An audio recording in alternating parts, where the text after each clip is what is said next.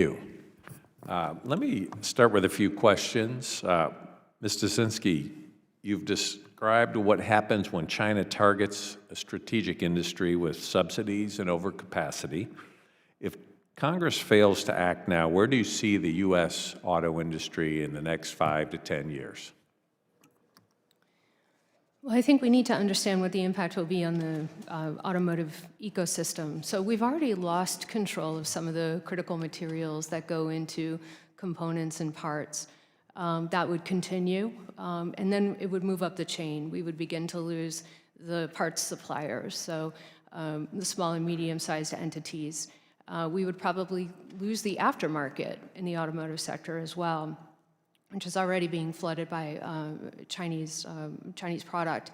And then we would need to look at the impact on related ecosystems. So it's not just about the automotive supply chains, it's about all the adjacent industries that use the same supply chains. So, you know, where we might not see direct competition, if our tariffs are held up and our import restrictions are held, our companies will continue to weaken, and that will make them vulnerable, including to fire sale and the potential acquisition from foreign entities, which could include Chinese entities or others. So, you know, it's really a process of degrading this ecosystem, and once we lose the core components, getting this back will take decades.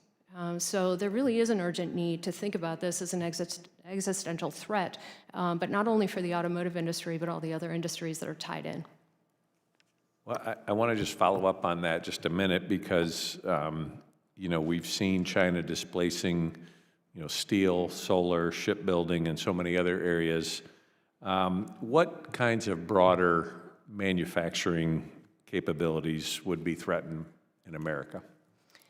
I guess I'd be worried about companies like Boeing in the aerospace sector, you know, major manufacturers of other types of transport equipment, other types of advanced manufacturing processes that benefit from some of the innovation that comes out of the automotive sector.